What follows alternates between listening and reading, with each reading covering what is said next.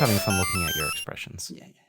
All right, Matt, tell us about your new phone. Whoa, intro. No. I want an intro. Going right into it. I'm getting a Galaxy Samsung S10. That is not Is an that what it's intro. called? The Samsung Galaxy S10. That's It what is. it's called. You're Is it upgrading the from plus? your... You're not getting the plus? No. You're not? upgrading from your... Because I don't want to carry around a laptop. Yeah, I but just you're want like a phone. the biggest, like, I want to play Blades, and I want to play, Dan, Wizards Unite Dan, on my... Dan, Yeah, your but I phone's gotta- too damn big. I gotta be It able is to keep it in my awesome. pocket easy. Give me your phone. Give me your phone. It's probably almost the same size. Well, that's another reason. If it's almost the same size, why bother getting a plus? This is the Plus, plus. the plus is more It's not expensive. that much bigger. Then why bother? It's a bigger screen. But not that much. See, But either way, I can but turn he's it the big against game you. Guy. He's the big, I want to play mobile games on the thing. Salutations and welcome to the Mana Bar Video Game Podcast. I'm your host, Andy Rhodes, and I'm joined here with Matt Samarco. Hey, what's going on? That's right, I reversed it back. And Dan Party. Hello. Yeah, it was scary that last And week. Pikachu. Pika! That was Andy. And by the way, he has turned my voice down for your viewing pleasure. I mean, I Or tried. listening pleasure. I've had... complaint is the wrong word. I don't think that's going to come up very well. No, it's probably not. Pikachu's very You've had muffled. complaints? He's going to slowly transition Dan out of the podcast to 10% at a time. No, complaints is the wrong word. Constructive criticism. Ooh, sounds From like who? complaints to me. Who's yelling? Anyways, good show today. And before we start, kind of like last week, I want to remind everybody up front, if you're listening to this on one of the many audio formats we're available on, if you leave a review, that would be really appreciated. That's our way of knowing. A good review. No, Matt. Any review. No, Matt, that's not what we say. review. No? You can leave any review. It can be a one between one and 5 stars or whatever metric your podcast app is using. Just give us some feedback. Tell us what you'd like to see, what you'd like to see less of or hear less of or whatnot. If you're on YouTube, leave a comment and giving a like and a subscribe really helps. I would you can do the little bell notification. I personally find them annoying. I don't do those on anything. Do you guys do that? I did it on one Twitter account, and I immediately regret it. No, on YouTube. Oh, no. Yeah, I don't want those. There's nobody I care notifications. enough about. Oh, I watch a ton of YouTube shows. I do, but I just... But I like just searching, like looking at each of their channels when I want to, Yeah, not I just necessarily look at getting the pinged. subscription list with like all the newest Yeah. ones because I don't want to get pinged every Yeah. 3 Yeah. hours. It's But on annoying. top of that, now I feel like YouTube automatically kind of puts up, what you already watch. So like Inside Gaming Daily pops up automatically on mine, Yeah. and then a gameplay of I'm looking at Ultimate Alliance a lot now, so gameplay always pops up. They so. keep recommending me either videos I've already seen or videos that I don't want to watch. They really don't know what to recommend me anymore. So yeah. Anyways, Matt, you excited for your new phone? I am. Gonna play some It was Pokemon Go without it crashing. Yeah, it was my big Amazon Prime Day purchase. It was like down $300 from whatever they are telling me they used to charge for it. But yeah, I'm excited. I'll be able to play Elder Scrolls Blades for 5 minutes and then be like, oh, this is awful. And then I'll be able to stop doing that. Is 5 minutes longer or less time than you played the Harry Potter game? I played the Harry Potter game for a few hours. I I'm was like, sorry. I'm going to give this a real genuine shot. I'm so sorry. And that's what I did. I just want to So judge every now, phone but game you play based on Harry Potter. Is it less or worse? Is it worse or better than Harry Potter? I would hope they're all better, but I don't think that's probably going to be the case. So we'll see. Is Dr. Mario better? Yeah. That's good. But- Still playing that? Not much, but yeah, I guess here and there. It's still Dr. Mario. It's just just a still, it's bejeweled, whatever, match things basically. I mean, it's not even really Dr. Mario at this point. You're just it's like more of a puzzle where you're just moving the blocks up to the top to clear predetermined Sounds like something I'm not going to touch. maps. Yeah, it's Although I am bored. I need a new phone game. Yeah, I did finally get to the point where I'm losing losing levels. So after you lose 5 hearts, which each heart is a try on a level, you have to wait another 30 minutes to get a heart, or you can give them money. So, but I mean, each match level can take 3 to 5 minutes. So it's not really like you're gonna want to play that much anyway. So that's kind of just a good way for me to go. All right, I'm done for the next few hours. With this game. I re-downloaded Clash Royale against my better wishes, and I played it for all of a day before I already got re-annoyed of it, and I'm like, oh, I remember why I quit this game. Okay, bye. What else you playing, Matt? So nothing really new. I went back because I know I've talked about this a few times on the podcast about how Rogue Galaxy is one of my hidden gem games of the PS2 era. I just actually started that up. I'm like already like 20 or 30 hours into it. I'm having a blast with it. Who the hell was that boss you ran into that just like killed you in 5 seconds? Yeah, it was some evil. The game like has this like hard difficulty spike all of a sudden, like where I am, which is maybe 2/3 of the way through the game, and there's this crazy witch boss. I actually beat her after you left by using a ton of healing and special moves. Like I just kind of spammed my best move, and then you kept trying. Tons of revival I saw you potions. try to use a special move twice, and neither one hit. Yeah, on the guy. It was but- pretty bad. It was pretty bad. Ouch. But yeah, it's fun. It's like I'm remembering a lot of like cool systems in that game that I wish were in more games. Like there's at one point you actually get control of a factory, and you can just start making items for yourself, and you can find different blueprints from different people that are like throughout the world. You just like walk to them, they'll have like a little blue or red icon on their head, and they'll be like, "Hey, this is an interesting little thing you could make." And I'm like, "Oh, okay." And then you gotta build like this entire factory layout, and then put like 2 items on the the front of the whatever machine, and then they Did you talk about this game last week too? Yes. probably did I start? This was Did I, the had I started well, this playing was at the that game point? that he was talking about, like a hidden gem, or like a game that not too many people know about or like. Okay. So For anybody who didn't listen last week or doesn't know, it's an action RPG, kind of an anime style RPG. Yes, I should say It kind of looks like Kingdom Hearts in a way, except maybe a little more anime like. Yeah, it's very similar to Dark Cloud. It's made by the same company, Level 5. So if you played like Dark Cloud 1 or 2, I guess it's kind of like an RPG, somewhat like Final Fantasy, but more, action like a Kingdom Hearts game. But yeah, it's a lot of fun. Oh, Enjoying playing Dan! it again. I just realized I'm sitting in your chair. that's fine. I didn't. Power I, move. I Shut his really volume did down not and mean take There's to the some chair. subtle animosity here. Yeah. No, There is, a little bit. I Yep. think you were All right. trying to talk to me while I At was what point are dragging you just it going in. to punch this man? There goes another 10%. Waves crash and just eliminate me now. 10% of what? Your Like your volume. ego, or slowly eliminate. I don't have an ego. Get out of here. You're gonna just hear distant screams from Dan at the end of this podcast, because by then he'll be like at 5% volume. was this my way? Was this like my way of canceling you out of the podcast? A little bit. Yeah. Matt and I have been talking. Oh God. Apparently. Have you been playing anything else, Matt?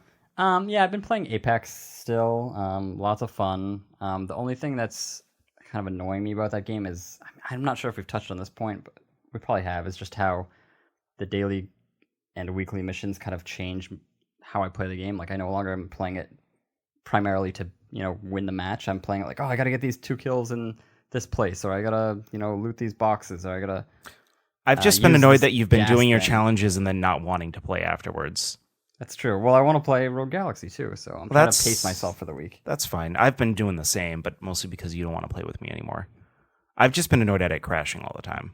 Yeah, it's been awful. Like there's been an absurd amount of crashing and disconnects. Like there's a bunch of different errors. Code leaf. Yeah, code leaf. Code errors. net. It seems like every other game. I don't know what they mean. I'm just saying they pop up a lot and they crash. You said something about boxes. Like, can you actually find There's dragons Equipment? flying Yes. around and you shoot them and they drop loot boxes like that you keep? like like- death boxes. It's Yeah, like a- yeah, you can loot It's like a them. death box of another character, but not someone in the game. There'll actually be a Well, death box. see, I of was hoping it was someone- an actual like permanent, like a skin that you keep permanently. No. No, it's like stuff for that round. Oh, see, I like this. That'd be really cool if like you can find skins. Well, and that would stuff when in that'd the be neat. game. Like one per game, there would be a loot box That'd that be you could. too. Like I feel like that's a good idea. Yeah, but what are the odds everyone you find would, it? Everyone would want to get it. But what Yeah, if but they they're didn't? random. It's What if they random. didn't know? Like it was just in one of those death boxes. Yeah, like that would be neat. I guess, but then people would be, trying to get those Would way be too hidden. much. So it wouldn't be like that icon thing that drops. I'll let them down. be fodder. I'm not going to be going for it. I'll wait for them and I'll use it as bait. Yeah, I mean, I guess. I just that's a think it good would be point. neat. Well, But Dan- on a side thing, Oh. you quickly were talking about the multiplayer, how you were getting bored of it. Speaking of bored of it, did you guys quickly look at the new Modern Warfare gameplay? Oh, I did forgot. not. Gunfight? You did send me I that sent video. you the gameplay of it. A better person would have remembered to watch it. That's all right. But anyway, it did kind of remind me a little. Well, Gunfight was 2v2.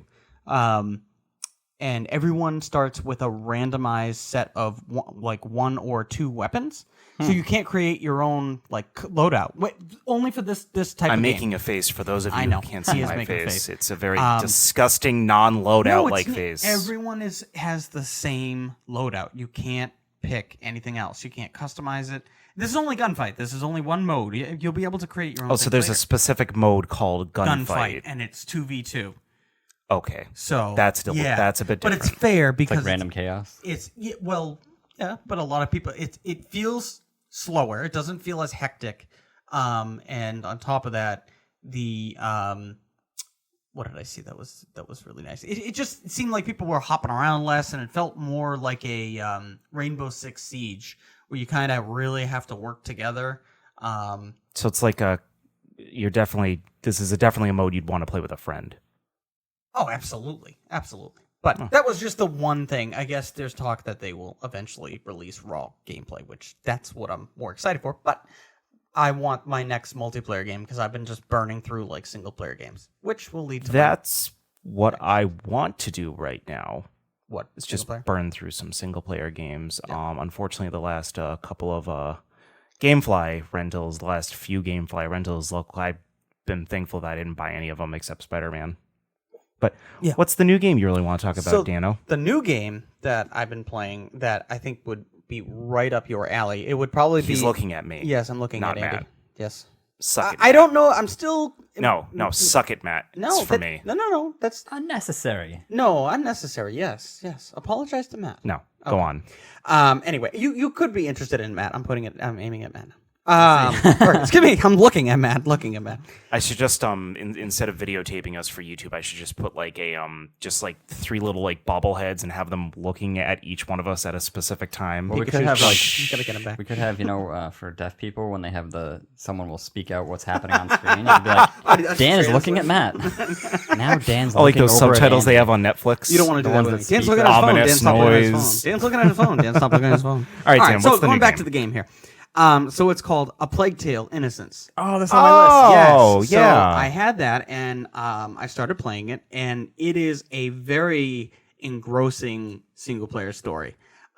It plays how somebody on Twitter said he was playing it and he loved it. He says it was his game of the year.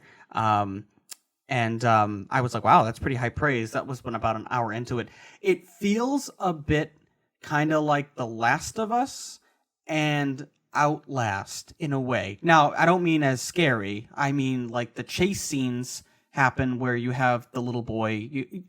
Let me go back and let's. Yeah. So what are you doing in this game? What's the main? This game takes place during the Inquisition times in France. No spoilers because obviously, this isn't really a spoiler. It's like pretty much right on the back of the box.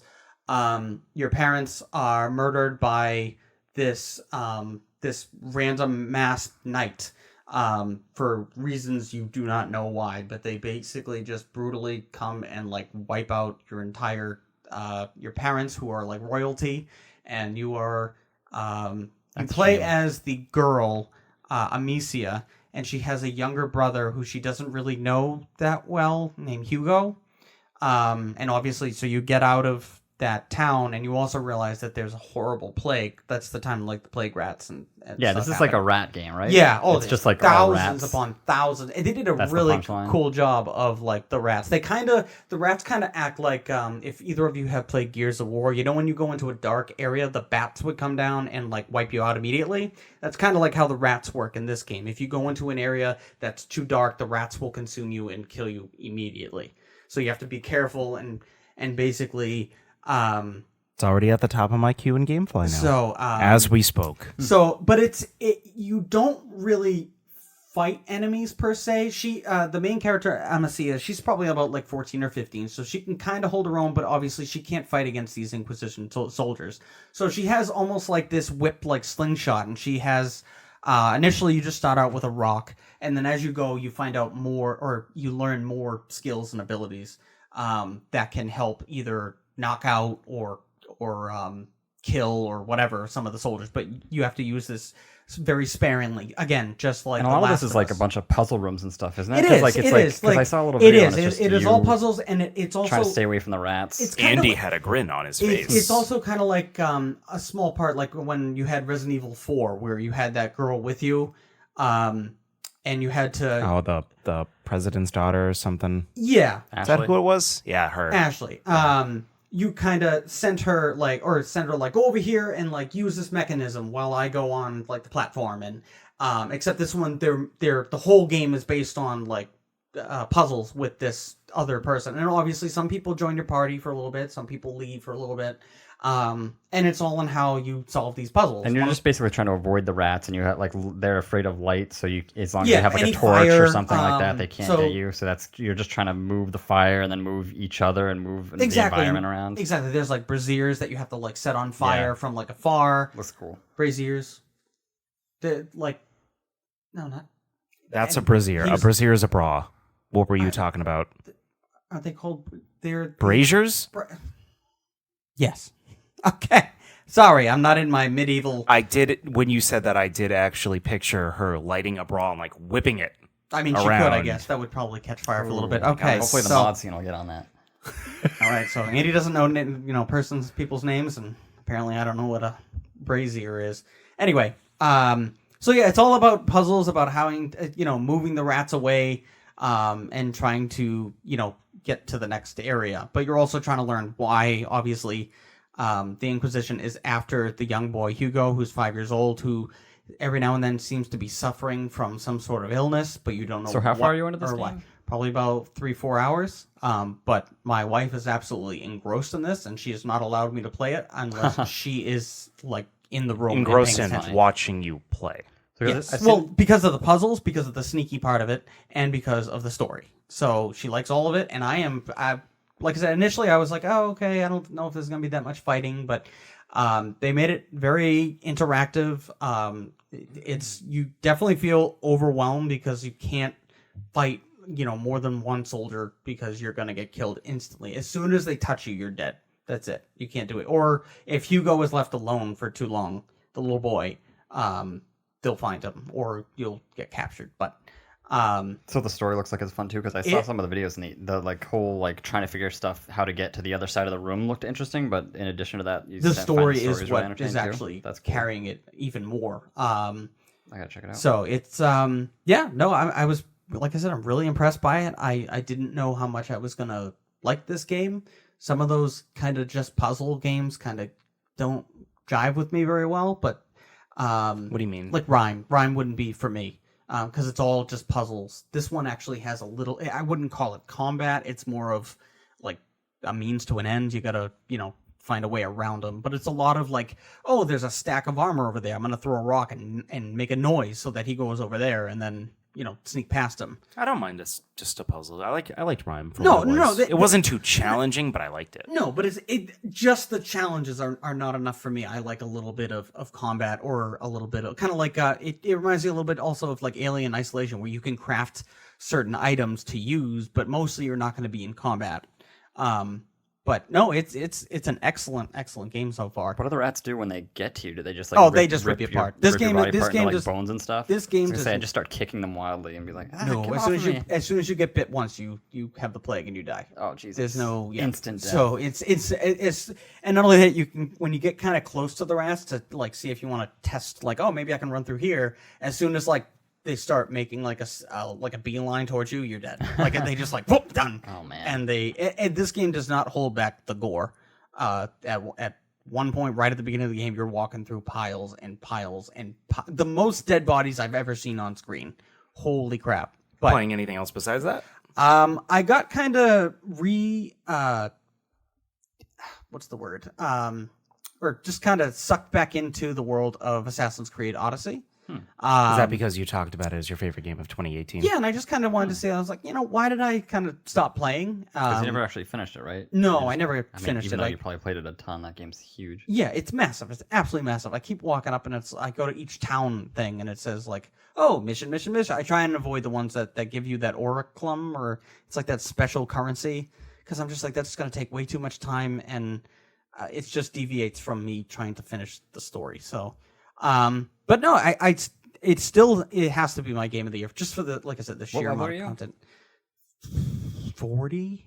I just got to 40. Yeah, because the cap was 50. Now you can go up to, I saw one at 70. Okay, yeah, it's probably with the expansions they raised it, but when I played it, it was 50 when it came out. But yeah, so I still can't go to all the islands. I can still get my ass. It's weird that they're raising a level cap on a game like that. Like, I like are they continuing to update it? Well, yeah, absolutely. They're still adding like free content, free missions.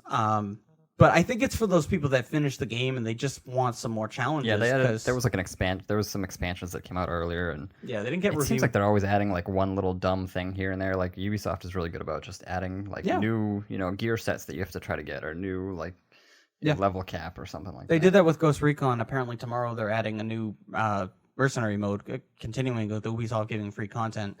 And I actually kind of it's almost like Battle Royale, but it gives like a little bit of twist to it. So I don't know how many players exactly, but it's PvPvE.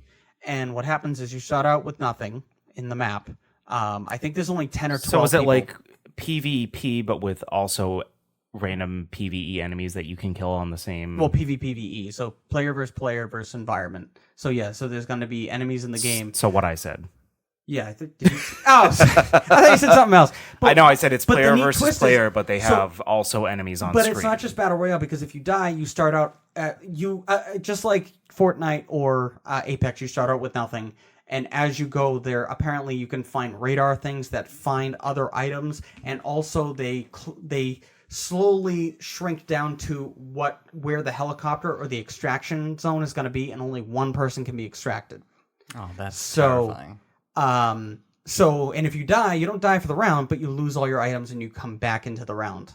So you could potentially, like, even if you die, you still could get to the end and get away, and it's not necessarily about being the last one alive, it's the last one to get out. So some people are more focused on getting kills and points. You might not get out alive, so I don't know how it's going to work, but it's going to it get seems me. strange. Wouldn't It's everyone going just be like yeah. looking it for the same exact point on the map? Exactly. Well, I just quickly read an article about it, but it did say the more items you find and the more beacons you find, the more you narrow down where the extraction zone Oh, is so you going to don't all be. have like the same circle. You all have different Exactly. hints. So That's somebody's might be interesting. huge because they didn't go out, and maybe they're trying to like just pick players off. Yeah. And others could be tiny because you've gone around finding the beacon. So I think it's a nice twist on, like I said, the typical battle royale, which is just be the last one alive. This one's Do you know how many members? I don't know if you said this. How many people per map? I think it's 10 to 12.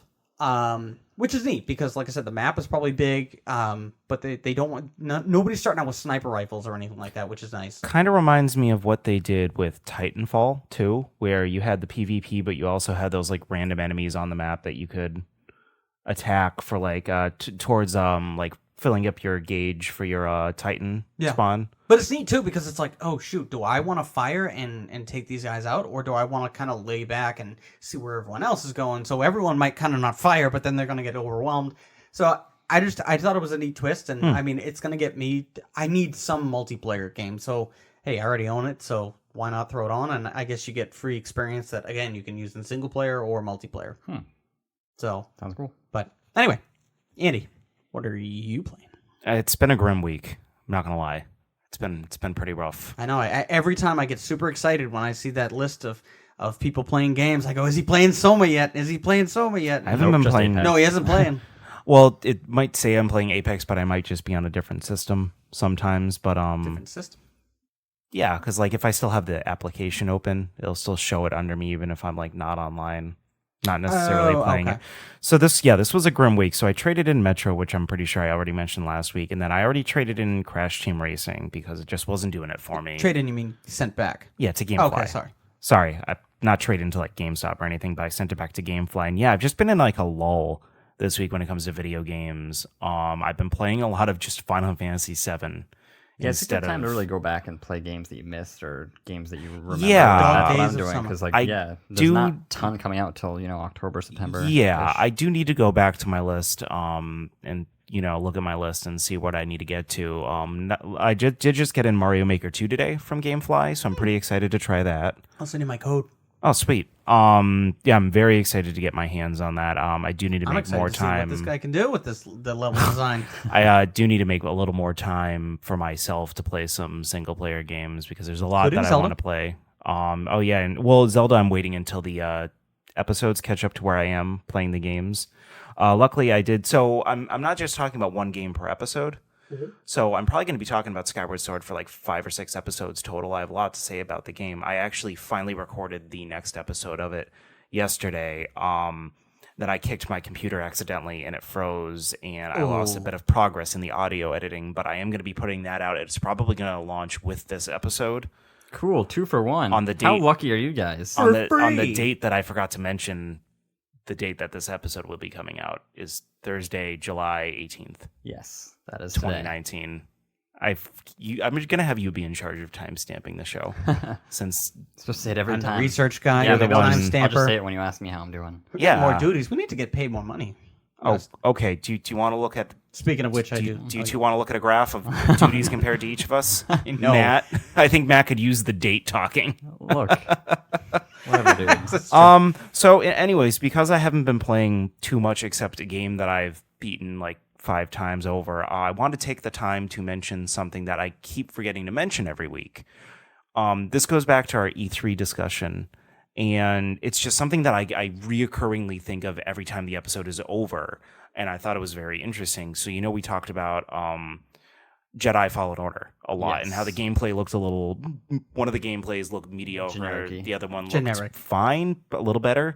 I guess behind closed doors, a lot of people are saying that it looks fantastic compared to what we got to see on screen. Like, what they chose to show was just a very kind of boring portion, but I guess the people, the insiders who actually got to play the game behind closed doors said, oh no, it's way more expansive than that.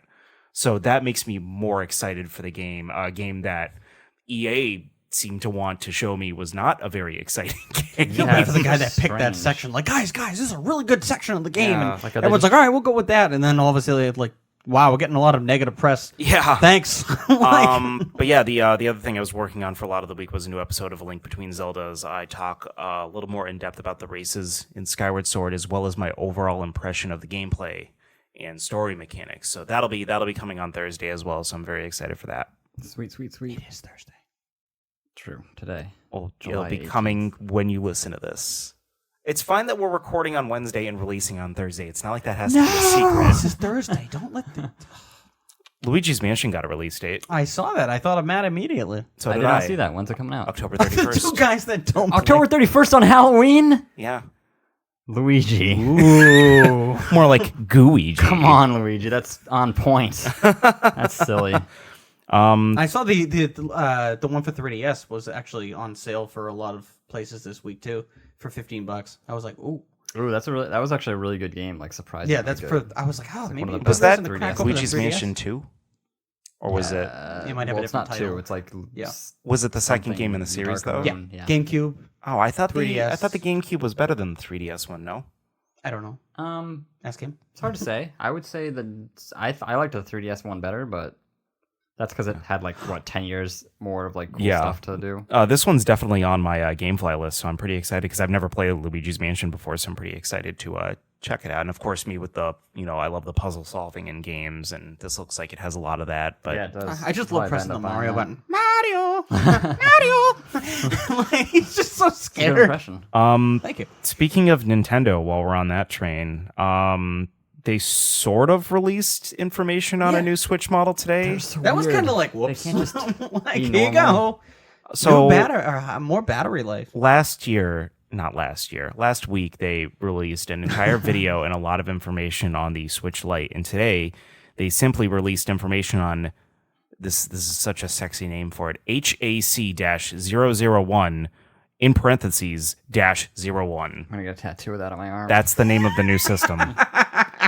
Just That's pretty funny. say it 5 times fast, I dare you. The only thing we know about it so far, and this goes back to the rumors we were hearing about, hey, there's going to be 2 new Switch models. One's going to be more of a smaller, light model, bit of a more economy model, and the other one's going to be more of a beefed up model.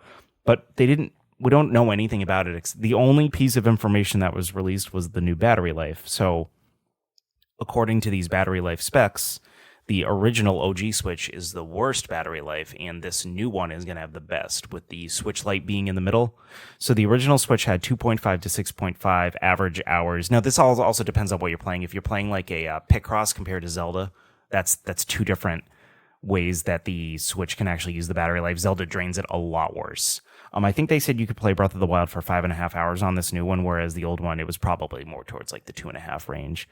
The Switch Lite will have an average of 3 to 7, and this new model will have an average of 4.5 to 9 hours of gameplay. So that's a significant bump, but that's definitely not enough information for me to pre-order the thing, especially after... It's just replacing the old SKU, right? Like, it's not actually a Pro like you would think with a PS4 Pro or an Xbox X or something. It's just like, this is the updated, better version that we're selling from now on. Which, that's... The better battery life is not enough for me to me neither. Get it? No.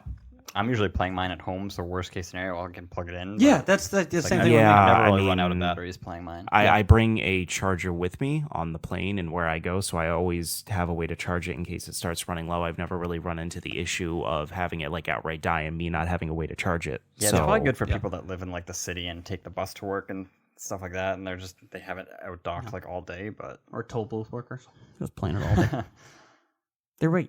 There is no toll. Or Dan on his porch. But yeah, it's weird. Do you have outlets on the porch? I do. Oh, so you're fine. Well, I dock it. On his porch. So I have the TV there. Oh, you have a dock on the porch too? Jesus. I bought a second dock for that reason. I wonder if we're just like straight up not getting a Pro then. Like if this is what they meant. Well, if you think about it, they probably want to make it compatible with that dock, right? Yeah. I would assume because they don't want people... Yeah, which sucks because the dock kind of sucks. It a little bit. It does. I don't really feel like the dock hinders it, but I was hoping for an upgraded dock. I'm not gonna lie. Oh, absolutely. It's cheap plastic. But I guess it does its job. I mean, the only thing you need the dock to do is to put it into HDMI and put it into 1080p, which it does do. Yeah. Well, the question too is how many years. March of 2015. So, what is the average lifespan of the next generation? It's hard to tell now. Yeah, so... I'm sorry, March of 2017. Like I was going to say, what came out March 2015? I believe that is the third time, not only in general, but on this show that I have said March of 2015 was when the Switch launched. It was March of 2017. I recall because Andy totally got me super hyped when I was not hyped for the Switch.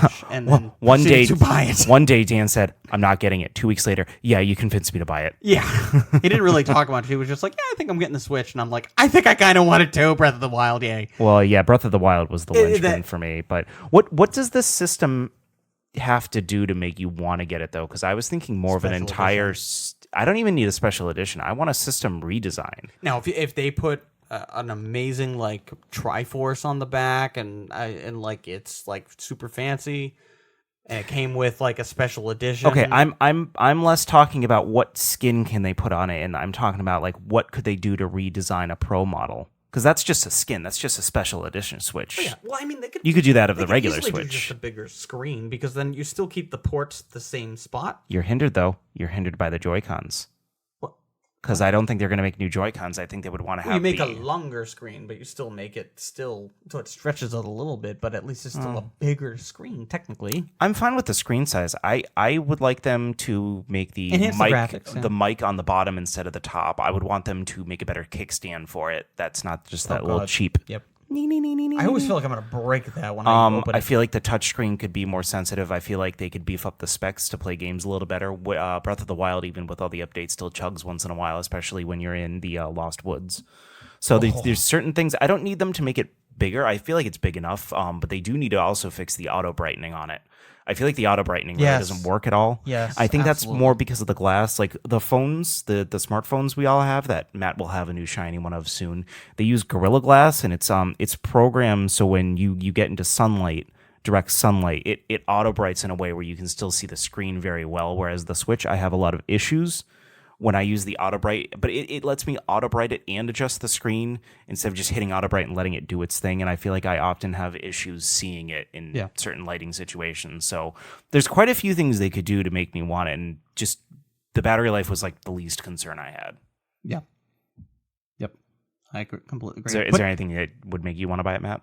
No, I didn't want to step too much on the discussion topic that's going to come later, but I'm very against. I rarely buy system upgrades for like newer. That's true. You were pretty against. Very anti PlayStation 4 Pro. Well, because that's a half-step little. upgrades. Yeah. Yeah, I mean, sometimes they're not, and yeah, we will talk about that later. I don't want to take too much away from that, but yeah, it is just odd that how did this get leaked, anyways? I don't know. The article I feel said like it fell out of the air. the article I said it said that Nintendo announced it. I'm surprised they announced it with such little information in such a weird way after last week when they had this like nice video about the Switch Lite, even if the system wasn't as nice as the video made it want to be. They also announced Go on. Super Monkey Ball Banana Blitz Yeah, HD remake for so Switch. I sent that link to Matt thinking that he'd be really excited, and then he quickly told me like, "Oh yeah, that was the bad monkey ball." Yeah, like I was kind of excited because there was rumors last week. You know, some Twitter account had been updated, or Did it have something to do with Death Stranding too? I don't. Death Stranding? No, I thought there was like a monkey ball thing with Death there's Stranding. Monkey Ball in the Metal Gear or Hideo games. or something. There yeah. was a Monkey Escape or something. Ape Escape. Ape Escape. That's Yeah. it. There was like a mini game in Metal Gear Solid 3 where you could like shoot all the monkeys with. There's a new certain Ape amount of Escape time. coming too. Is there what? Well, there's no like official announcement, but yeah, probably. Oh, okay. Yeah. So with the Super Monkey Ball, like I loved the first game. I used to play it all the time. There was actually like because this was before internet high scores. I had like there was a internet website that I would go to, and people would log in their high scores, and you would try to beat each other. It was a blast. I played it a ton. The second one was like okay, but it was a lot more of the levels were just completely random, and it wasn't as much skill based. And then after that, they just fell off completely, and they got geared towards like little kids instead of more fun, challenging that adults could enjoy it too. So this is the first one I think that came out on the Wii, and yeah, it's not great. That's already a red flag. Yeah. So I mean, maybe I'll try it out, but it's not. I'm not looking for. I would much rather them have either made like a HD remake of the first two, or just like a complete new game. Try and see if they could bring that magic back. You were the one who introduced me to Super Monkey Ball, and I was pleasantly surprised. It was just one of those games because I seldom was able to get games when I had my PS2. Growing up, I only got like 2-3 games a year maybe. So Monkey Ball is one of those ones that just kind of went under the radar for me. But you had me try it at PAX East a couple years ago, and that was the second one. The one you said is like inherently worse, and even that I'm like, this is so much fun. Yeah, like I very really want to try simple the and first. fun. Do you have the first one? I do. I should try it this week. You should. It's a blast. Have Is you that ever? kind of like a 3D Marble Madness? Yeah, basically. Yeah. Yeah, it's Okay. like a giant Marble Madness, but like I feel like I played it like much more complex and It's like a party interesting. game, right? So there's a beginner, intermediate, and advanced, like where it's just 10, 30, or 50 courses, and each one of them gets progressively harder. And Jesus. it's kind of fun because you can play them, switching off. So you'll be playing the same levels together, but maybe one of you will end up being 5 levels ahead. But there's also 3 or 6 or some amount. It depends on which game you're playing. Mini games that are actually really fun too. Like they have Monkey Target, where you have to like go down this giant slope and then you fly up in the air and you have to try to land on a target, and your ball starts to roll as soon as you land. So you sometimes you'll fall onto the side, and it's actually seemingly more difficult than the regular game. They've got like boxing and a lot of weird little side things that are fun for parties. Oh, all right. Very nice. So some specs got leaked for the new PSVR for the PS5. Mm-hmm. It looks like it's going to launch alongside the PS5. They're looking at around a $250 price point. What's the the average price, like the non-deal price for the PSVR right now, like the current one? I think if you buy it, it's only like bundled pretty much now, but I think it's about $200. $200. You get it for $200 bundled. I get it. 200, 250. They're talking about battery life, so I'm assuming it's going to be Bluetooth only, no wires. Yep. Yeah, it's exciting. That's what seems to be everyone's That's a complaint, that it's not huge plus. wireless. 5 hours of battery life. That doesn't seem amazing, but Yeah, I but mean that's still longer than I think the PlayStation controllers last. Yeah, that's strange because God, yeah. I mean, Jesus. I can't imagine ever playing. I've never played for more than 5 hours, but I could also see if like they make more games that are really fun and long. You're probably not supposed to play more for more Yeah, than I 5 feel hours. like- I could see that I feel happening. like you can't. I played Doom VR. I've played or I didn't play Skyrim. What's the other one? Resident Evil 7. I can only play it before I kind of got this crazy like But migraine. there are going to be cases where maybe you have forgotten to charge it or whatever, and you're not going to be able to play it, which is kind of weird because Well, maybe not. Maybe you might be able. They might give you a long cord that you can Yeah, just attach I would to. hope so because when your controller runs out of batteries, you can always like worst case plug it scenario in. just plug it in. You'll have to maybe sit a little closer to your TV. But could you imagine like if you had 0 batteries and you had to set it down to charge it? How much that would suck for like Well, a new game. I'm hoping that whatever, because it came with a stand on your current PSVR, right? No. No, you had to buy that. Stand. Oh, really? I was hoping it would come with a charging stand. I mean, no, they always It might. try I mean, and this sucker one, you to the get one I that have little- doesn't charge. It's plugged in, so it doesn't need any of that. So I guess we'll have to see. And I guess it's gonna have more like things like more degrees of movement, more eye tracking, stuff like that. Some more. I mean, it's it's definitely the leading. I haven't looked at any numbers of like how it sells compared to like something like Oculus or whatever. I think Samsung had a VR for a little while. I don't know if that's still around. Or Vive or whatever. You know, an Oculus Quest or the PlayStation being already connected to a system was an obvious winner. Xbox didn't even try VR. Really. Yeah, I'm excited about this. Like maybe for no other reason that it's actually going to come out. Maybe not at the same time as the PS5, but shortly after. The VR headsets that we're all using now came out years after the PS4. So people aren't as like excited about. Okay, I'm going to have this system for the next 7-8 years. Yeah. I want to get everything. It's going to be awesome. Like this will be specifically designed for the PS5. The PS5 is going to be designed knowing that this is something that a lot of people are going to own. So I'm kind of just really excited to see them really put a lot of money forth and be like, all right, we're going to put some money. We're going to have some of our good developers make some games for this and really make it the market leader. Not only that, just like they had to reutilize those like obnoxious controllers. The PlayStation Move for like the PlayStation 3. So do you remember playing ping pong with those? Oh God. I wonder if they're gonna if those are gonna be compatible with the new games on the PS5 or if it's just gonna be. I hope not. Just make a change whole nother controller. Make a comfortable. Well, even if they do something like that, like fits right in your hand, like just this. Yeah, they could just make kind of a new redesign on those. Almost like if you hold, like almost like a glove, just like stick it on, and then maybe each finger. I understand their PlayStation is obsessed with that. The 4 buttons. They want that 4-button layout. The X square triangle circle. They want that layout. But I mean, if you kind of hold it in a certain way or whatever, just I think redesign for them it from the ground up. I feel like these games are like they made that silly gun thing, that white gun thing that you could like attach the thing to. Yeah, the aim controller. Wii Zapper. Well, they made Remember one that? actually for the PlayStation. Yeah, I've heard that's fun, but I've heard it's actually pretty fun. But the problem is it only works with a few games, so it's like you're buying this VR headset, then you're buying 2 PlayStation Move controllers, and then you got to buy this aim controller for other games. It's like they're segmenting the audience way too much with these things. So I think with the current PSVR, I keep wanting to call it the VSPR. With the current PSVR, I understand why they use the Move controllers, and I think it was a very smart decision on their part to use the Move controllers because what Matt alluded to is you're under the impression that they probably didn't think of VR before PlayStation 4 came out. You think it was an afterthought? I mean, yes, it came out so much after. Like they didn't build the PS4 with that in mind. I would imagine. So they already had this technology. They might have thought they might do it, but they already had this technology in the PS Move controllers from the PS3 generation, and they wanted to kind of catch that whole, like the Oculus was ramping up. They wanted to get on that VR train. So using technology you already have to your advantage, I understand why they did that. But yeah, I do agree. Like, I haven't really used them that much, but yeah, they are kind of dumb. Yeah. I know that's not a very smart way they're of saying what I want to and say. I understand but that was the first controller for PlayStation for VR, so I mean, it was originally for like the whole motion control thing back in the day. PlayStation 3, and that's why I feel like it might have hindered it a little bit. Because they're like, all right, you know what? We already have this controller, so let's just force it. How many games actually use it though? The PlayStation VR. The Move controllers. If you want to on good PlayStation amount, 3 or PS4. PS4.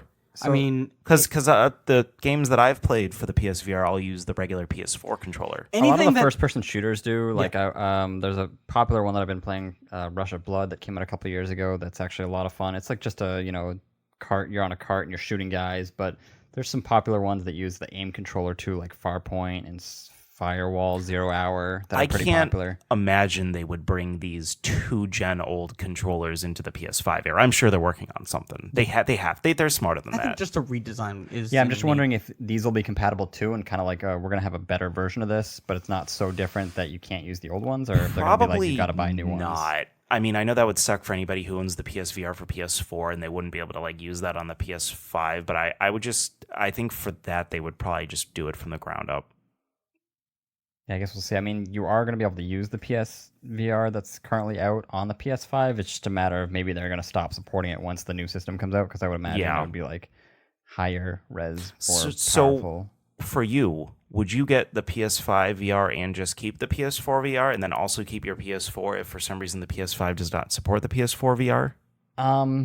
It's hard to say because I don't know exactly what. That's a Sony's lot gonna of do. moving pieces right there. Yeah, I mean, my plan would be I'm going to buy a PS5. I will probably, assuming there's a big enough change where like they're making games for this that I can't play on my PSVR, then I'll update to the new VR and maybe, I don't know, sell my old one. I'm still on the not getting it train, unless you two can convince me otherwise. I don't think it'll be us. I think it's up to Sony to make games because that's the only thing where I'm like, oh, I really love Astrobot. I really love Moss. Rush of Blood's fun, but then it's like after that it kind of teeters off to okay, there's a bunch of fun tech demos and like Resident Evil 7. other games that they shoehorned in there. Yeah, and I got to be honest, taking a game that was previously made for the regular console and just putting it in VR doesn't interest me in the least. To me, that's kind of lazy. Like, oh, let me move my head around as if I was already moving the controller around. Games like Astrobot and Tetris Effect, those are the games I would want to. Yeah, those are the games because the reason I didn't jump on the PSVR thing to begin with is because I knew there wasn't going to be any good games out right away or ever, and PVR already didn't interest me. Yeah, I bought mine like 2 years after it came out. It took a while for me even me I only to get got on a the deal. board. Somebody sold it on like one of those apps. Yeah, for 150, and they had like a what do they call it? The protection plan for it. So even if there was an issue or something, so they barely had it for any time then. Yeah. So it was about and not only that, I had about like 6 or 7 months on the protection plan. Yeah. So I was like, oh, at that point, I'll just return it. And I was pretty dead set against it for a very long time. Games like Astrobot have warmed me up to the idea. I haven't said they aren't. Enough. It's still not. enough. It's not, but I would imagine I'd rather keep my money right now. Oh, absolutely. when we're 2 years into the PlayStation 5 cycle, I would hope that at that point there would be enough good reasons for you guys to be like, I got to buy this stupid machine now because there's these 5-6 games that I need to play. Yeah, which That's as on much Sony as at this I point, hate though. saying that to myself, ugh, here I have to spend all that money. It's also exciting. Yeah. I mean, I remember when I finally caved and got a PSP, I was really excited because this was like 5 years into its life. Unfortunately, I found out then, oh wow, there really isn't any games for it still. Crisis Core. Yeah, the Crisis Core is all I played, and Dissidia kind of sucked. But I don't know. We'll see. I like the idea that there's not going to be any more wires. Is there anything you guys want to bring up that was interesting this week before I move on to my next thing that I have here? Marvel Ultimate Alliance comes out on Friday, and I'm very excited for it. So, I'm actually excited because I feel like this game is kind of flying under the radar.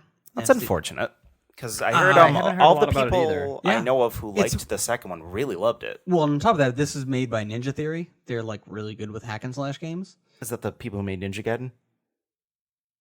Maybe. But they're really, I forget what games that they're really known for. But I guess today is the day that journalists are allowed to put out previews. Ooh. Tomorrow at 7 p.m. or 7 p.m. Eastern Standard Time, depending on where you're listening to, the reviews will be released. Hellblade, DMC, Heavenly Sword, Enslaved, Bleeding nice Edge, hack and slash games. Disney Infinity 3.0. I think they also did Metal Gear. I guess they Rising. didn't do Ninja Gaiden because I would have expected that was like one of the first things listed. Yeah. Had But they done they're Ninja known Gaiden. for their hack and slash. Yeah. So, and a lot of people are saying it plays really well. It's going back to the old school couch co-op. Yeah. Drop in and out. They said there's like 30 different bosses, and they're not like, unknown people. They're Juggernaut, they're Magneto, they're all these, big Ultron and Thanos, and all these like big characters. And I guess they're bringing the Gauntlet kind of story into it. Yeah, and then, the reason I didn't want to play the third one had nothing to do with the game not being good. I actually remember playing it. I thought the game was actually very good. It just wasn't for me. yeah. Well, I'm surprised because you said you like Diablo 3? Specifically, yeah. Yeah, and I just feel like they're kind of like dungeon crawlers. They just walk around, they're beat 'em ups, kind of like from a bird's eye view. I mean, if I had like if and I figured Marvel would be right up your alley. Diablo 3, I was really excited for on like a co-op level, but Switch isn't very good with co-op. Switch sucks for online friend-to-friend play. Well, yeah, but that's why you have like couch co-op. So Yeah, no one's here. you live with Matt's Matt. not getting it. Well, you don't need both people to get it. Couch co-op, split screen. Matt, would you come to my room and play Marvel Ultimate Alliance 3? Honestly. Maybe. Depends on how long it is. Yeah, I would do that. Oh. I don't know. It just didn't interest me very much. No, I know. I just thought like Diablo 3 is a dungeon crawler beat 'em up. I don't even own Diablo 3 though. I just enjoyed playing it at other people's houses. Oh, okay. right, that makes sense. I just thought it would be like, especially with the Marvel thing, it would kind of. If it was grab DC, maybe. Like I love Really? the Marvel. DC's more your thing. I like DC more than Marvel. Just I like the Marvel movies more than the DC movies. I did not know. DC was always my jam as far as like I know nothing about the Marvel comics. I know everything about the DC comics. That's asterisk on that. I don't know everything about the DC comics. I just know a lot about them. Okay.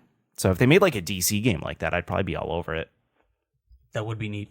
Maybe this will spark their interest. Yeah, because not City of Heroes. Jesus. Oh, I know what you're talking about. The DC Heroes Online. Yes. That thing sucked. What was it? That fighting game, Justice League. No, Injustice Gods Among Us. Gods Among Us. I wasn't into that. Oh, the second one got really good reviews. Do you know what my real issue with Injustice was? The in-game gameplay looked really good, and the cutscenes looked really bad, and it's usually the opposite, and I was just really surprised. Also, I don't know, I'm not into fighting games, really. Yeah, no, I'm not a big fighter. So, GameStop... The Batman games are good. That's true. The Batman games are very good. I still need I forgot to put it on my GameFly list, the Batman Remastered 1 and 2, because I really want to check Arkham those Knight out and at Arkham least. City. Arkham Asylum and Arkham City. Yeah. I know you said they weren't like all that great remastered, but I'd still like to check them out. Yeah, City was it had some frame rate issues, but maybe they fixed it with the time and patches. So GameStop is trying. That's the end of that. That's the end of the story. They're trying. They're doing their damnedest. I guess they're going to be implementing new store concepts. They want to do more with game demos to try to let people play games before they buy them. That's pretty. See, that's going back to the idea that they would be kind of like the hub. Like you go there to rent games, you try it, and that's what I want them to do. So I feel like this is a good thing. Yeah, I mean, they had that new leadership team that's in charge now. Yeah, how do they not have... We talked about this like weeks ago. It was our first episode. A subscription service with their used games would be such a killer idea. Well, what they should have done was bought GameFly like years ago. Well, that's... I mean... They've missed the bar now. But even like, imagine just being like, I'm done with this game. I'm going to go right over to the GameStop, which is, you don't have to wait 6 days for a game to get mailed to you. You can just go get one right away. That's true. It's so much better. They just... I mean, they have a new leadership, a brain trust in charge. So I think those are who are implementing these whole like store concepts. They didn't even really release any information on what they would do to change the look or feel of the stores. But the look and feel of the stores now is bad. It's weird. Yeah. Oh, it feels like Newbury Comics. Yeah, like, I was just gonna say it feels like a video game store. It's just like, but a lot more like a Newbury Comics Hot Topic. Yeah, but like, a lot more Spencer's dimly Gifts. lit. Did you ever notice that the lighting in the GameStops, like some of them are really, really, really dim, and others are like really, really, really bright? I didn't Maybe know. that's just me. Yeah, I don't know. No. I maybe I'll talk to the guy at. It's also not a lot of I feel like each one is inherently different. Like the one at the Natick Mall is a lot different than the one in like Framingham, which is right nearby. Like none of them really have like a. They each have their own kind of personality. Yeah. Depends on how much square footage they have too. Like they get really weird the bigger they are because they just like they just go crazy out of control with what they carry in those tiny like, stores. Let's have 50,000 pops. Every time I walk into that store, rack. Well, unless it's a store that I know the guys, but every time I walk into a GameStop that I don't know any of the people, I pray to God that there is a customer in there and I'm not the only center of attention. I hate that. Oh, because they'll just keep talking to you. Yeah, but that's why if I know the guys, they're the guys that the GameStop I go to, they know exactly what I'm looking for, or they'll just come and talk with me in general. Like, how are you doing? Not I want to sell you something. Because Amy went in there and this guy was following her around, like, what shows do you like? And of course, she doesn't understand it. She was like, oh, Rick and Morty. And he's like, oh, well, you have a bunch of Rick and Morty pops. And she's like, oh. And I'm like, yeah, it's gotten pretty bad. I was like, no, don't get suckered into it. Matt is fierce at GameStop. If they even try coming by, he's like, I don't want any. Well, the problem is there are a bunch of... Oh, you could be a dick and be like, you know what? Ring them all up. Ring them up and then be like, you know what? I don't want them. I was an excited 16-year-old working at GameStop too. I get it, but they're kind of usually these young people who are finally got this job, kind of dream job in their own world. Like, oh man, I get to sell video games for a living. And then they go to work and their manager in the corporate office is basically like, all right, you got to sell this many reservations. You got to sell this many game form subscriptions. You got to sell this much percentage of used games. I feel like the young people in GameStop never really give me a hassle because if they talk to me at all, it's just about like, oh, I really like that game too. And maybe they'll tell me about it. It's always like the older guys who are always like definitely trying to get me to buy something. and yeah, kind of like you just said, they're told like you have to meet these numbers, you have to sell a certain amount of stuff, but it makes me not want to go in there. Yeah, it feels like, see- oh man, like they're not gonna be able to feed their kid because you don't want to reserve a game or something. And I they're just always felt they're- like the younger kids were like they were just blinded by like, oh my god, I want to do whatever they say, and then Yeah. I felt like the other kids, like the older kids, like souls were broken, so they just were like, I'm do sure- you want it? No, all right, whatever. I'm sure it depends on like how much of a hard ass the district manager is in each given area. So it Yeah. can vary a lot. Well, there's no but- consistency with it. Every store is so different. That's with why. that. I have two guys that like I said, they know me so well that Dan they knows people. they do. No. Apparently this guy at the store that I go to, he's very high up and he's very well liked by district managers, and he kind of has a lot of sway, and he can. He actually was the one that I think at least in the Eastern United States, he was the one that came up with the idea like, hey, let's try and sell some statues and stuff like that a little bit. And I guess they ran with it because he helped design like one side. Yeah. I know two people who are both managers at different GameStops in Western Mass, and both of them have set up, like they're the store managers, like the store manager. I don't know what the levels are. They both set up their own Facebook pages. I don't know if that's like he part had of the to do new. that too, and he said that was really stupid that he has to manage it. Is that part of the new initiative? Yeah. So I think it's dumb because I mean, Sounds awful. yeah, it's just an empty space. Like you're not gonna get people to. On top of that, GameStop shifts so many managers and stuff like Yeah. that around that it's hard to stay. Like my Woburn store, I no longer go there anymore because the two guys. Hey, Bill, I know we just fired you. Can I have the login information for the Facebook page, please? Oh God, I didn't even think of that. Oh God, that'll be fun for some. Hey, Yeah. last day. Also, I think younger people aren't really using the book. That's shifting to more of an older demographic now. So like using the what? the book. I call it the Facebook. The book. Jesus, I was waiting for context clues. I'm gonna pretend I know what he's talking about. I'm sorry, I thought that was I'm just obvious. gonna go straight out there. I had no idea what the hell he was I talking guess about. younger generations are more into like the other apps that are out. I don't even know what the like hot apps are. Like Snapchat. Instagram. I don't know what they're using. I don't know what you kids are using I wonder nowadays. what the next social thing will be. But Facebook is on. Facebook has definitely leaned more older now, which is not which is not GameStop's, prime target. No. So that's even more of a reason why the Facebook page is kind of a waste of time. Wow. So There goes it's unfortunate. Facebook. I mean, again, I don't shop at GameStop really. I'll go in there once in a while, especially if I know there's like a really good deal or something like that. But I'm willing to let them win me back, though. It's not like I've completely cut them out of my life. Like, I just die already.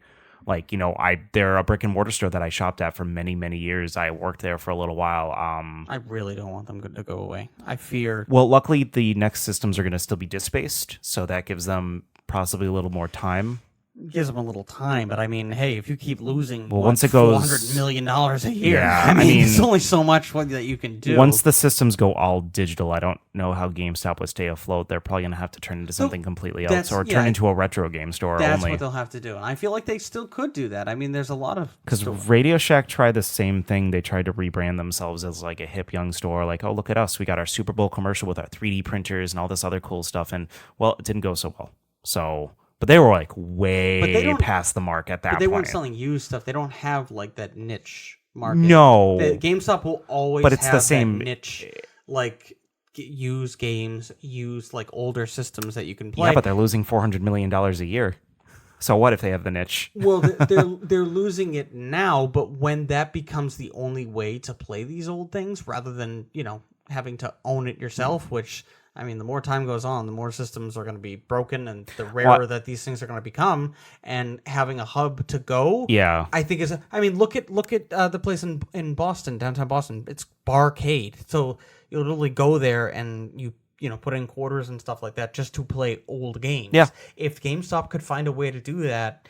And I like this. That's the first time I've heard them of trying something new besides this new. Of course, they haven't actually said what they were doing yet. So, but I'm wondering how they're how they were starting like the retro online game sales. Yeah, I wonder how that's been doing, because I'm sure that was probably their way of wondering like, hey, can we have a influx of these supplies at our stores? The only issue is with those things, it's not like they're still being made, so they can't keep getting a surplus of them. Yep. Plus, there's not much excitement about that. Like, it's great if they do sell more retro games, but it's like there's not like an influx of people going, oh, I really got to play Super Mario Brothers 3 for the Nintendo. I would just window shop all the time, and not buy anything.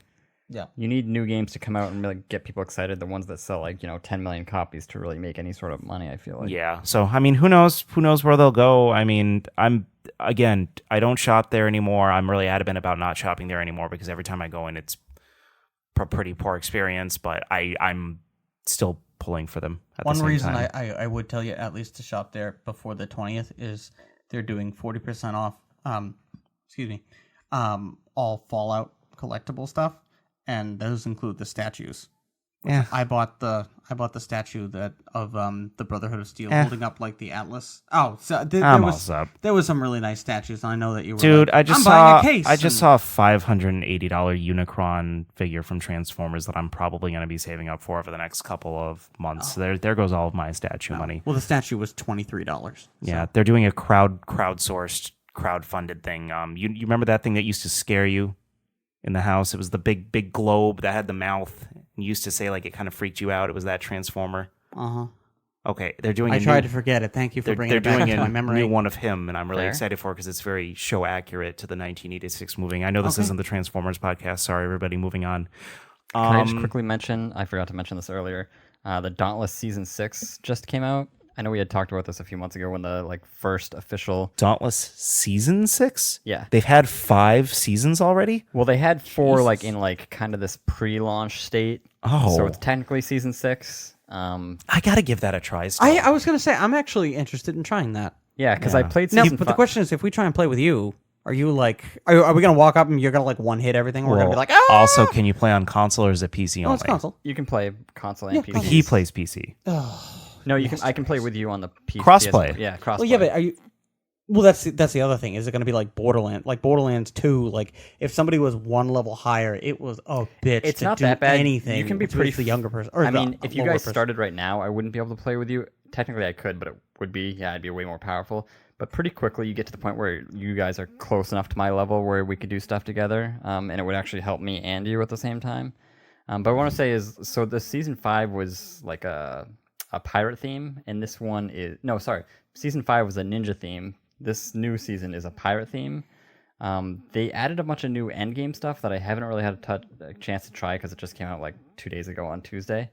But I'm looking forward to playing it, except for the season pass. The season for season 5 was 50 days long, and this one is 35, but it's the same amount of grinding. So I'm kind of concerned that they're making it a lot more, grindy to get to there, because now you have, 15 less days, which is kind of that was one of the things I loved about it, was okay, it's kind of relaxing. You can just play a few hours a week and get this season pass finished. Is this still popular? Yeah, it's pretty popular. Oh, that's good. Yeah. Yeah, I definitely want to give it a shot. I was really interested in it. I remember getting the free trial code at PAX East, and then I just kind of forgot about it, like I did with all of my PAX East everything. I actually have a pile on my desk of all of my PAX East little cards and everything, because there were so many games that I loved, little indie games that I really still want to check out and see if the full-fledged game came out or not. But that's pretty cool. So when does that start? It started Tuesday, so 2 days ago. Oh, have you played it yet? No, I've booted it up and ran around in the home world, but just because of work and stuff, I haven't had much chance to actually play any of the fights or. Can we just quit our jobs? I would love Wouldn't to that quit be my nice, job. right? Unfortunately, we would need everyone to pay us, $40,000 a week for this podcast. $40,000 a week. Something. I mean, How much money are you making there? It's got over almost 9,000 viewers on Twitch, so it's one of the top games. Oh, that's yeah. I was about to say I have no frame of reference for what the that top is for lit. Twitch. Somehow Grand Theft Auto is 129,000 viewers. I see that. Stop Jesus playing Grand Christ. Theft Auto. Jesus. No, play Grand Theft Auto, but wow, I'm just so surprised that why that game's so popular. the game, there's nothing. Is this right to here? do. There's All no, of the top games. So What's Team Fight Tactics? Why is it number 1? Well, I see the L. Is that made by League of Legends? I have no idea. Let me see. Team We're Fight Tactics. looking at the top. This is the top Twitch games right now. Yeah, Twitch games to watch. It looks like it's made by Blizzard? League of Legends, just because I saw the L there at the top. Yeah, Fortnite's number 2, GTA 5 is number 3.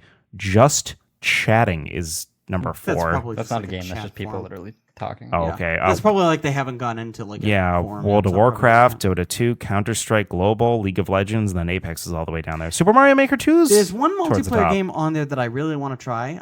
It's kind of like Friday the 13th. It's Dead by Daylight. Hearthstone. Hearthstone. Can you Twitch Hearthstone? Yeah, it's stupid. I don't know why you'd want to do that. I guess coming From up the phone? Yeah. Or can you play it on the computer too? you can play it on your phone. Yeah. RuneScape old school. I'm sorry. Now I'm just like looking at the Twitch list, but that's pretty funny. We have listeners. Let's focus on. Hey, listeners. No. You should listen to us on Twitch and get us to the top. Is that a thing that can happen? Watch How Matt about play we just Twitch. get like a few fans that Matt, aren't you're on people we Twitch, know. right? I am all the time. Yep. All that one time. Yeah. It was at least 3 times. We're certainly not contemplating using the green screen for something completely different because you're not using it. Hey. I will be trying. back I'm to it. trying to find some sort of like cell phone clip or mount so that I can do unboxing videos. I am trying to find that currently. Oh, So, good. considering New I content coming soon. Well, I hope. I gotta find a mount. I'm and gonna- also I need to check also if the phone sounds like crap. Yeah, I'm going to continue to try to do Let's Plays on our YouTube channel as well. For the first time I try a game. A good game. Certain games. Yeah, Crash Team Oh Racing no, was... Crash Channel. The other one. Metro was kind of fun to live play. I'm not going to lie. Crash Team Racing was kind of a debacle. Next one I'm going to live stream is actually Detroit. Ooh, that's a good one. And Soma, I'll get to eventually. Dan was giving me a face. So All right, how about this? Jesus, Let's play it just this play weekend. it. Just this play it weekend. so this take me out of my weekend. misery. I promise you, I will play Wind Waker. I promise you, I will take a picture of my Wii U, me playing it on the Wii U, and I will play it I'll play it Saturday if you do that. Saturday. Deal? Deal. Let's Yeah, shake deal. hands. Let's play it. All right. So before we All right, get on to witness. our before we get on to our discussion topic, What do we got? so you know how there are many times throughout the podcast I said around the horn and I wondered what it meant, and I never bothered looking it up. And then Dan also Did it didn't. have like a terribly violent past or something? Yeah, it has to do with baseball, which is why I'm surprised Dan never mentioned anything, considering that he's the guy who buys. Oh, well, I didn't think of it that way. Around the horn is when they throw it to third base, first base, second base. But I didn't think of it that way. I thought it was You knew something all else. along? No, I didn't.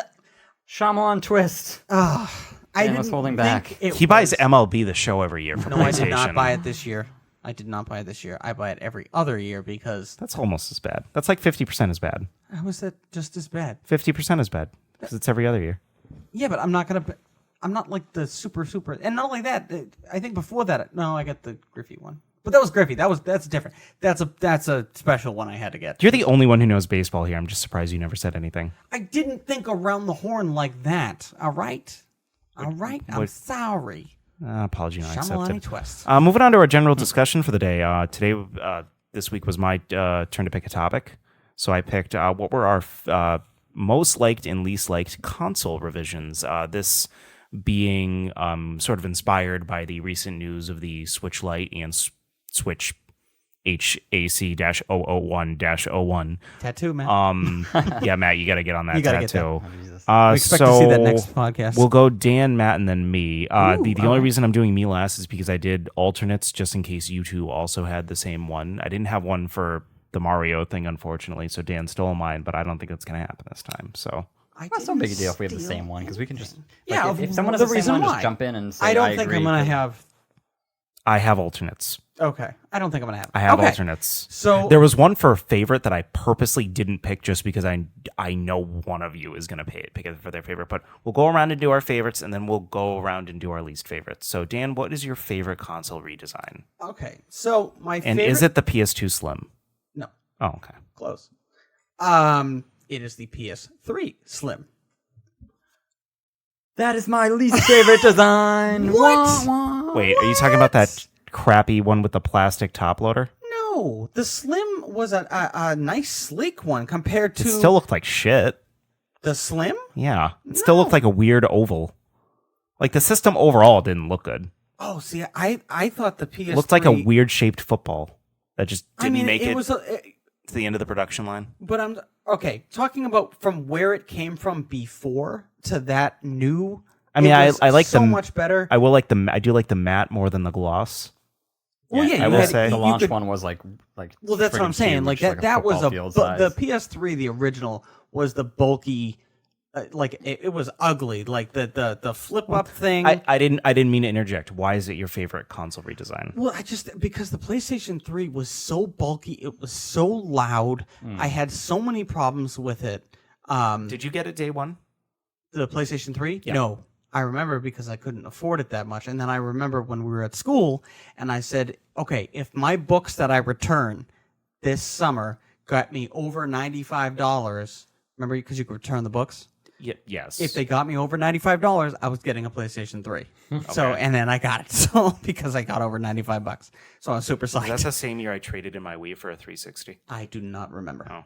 But anyway, I just remember I was super excited. So anyway, just I had a lot, and I also had to go off a redesign that I felt was close to me. Like obviously, like if I'm going off just sheer like best design in general, it would be the Game Boy Advance to the Game Boy Advance SP. But again, I did not play the SP so much, so that is not my choice.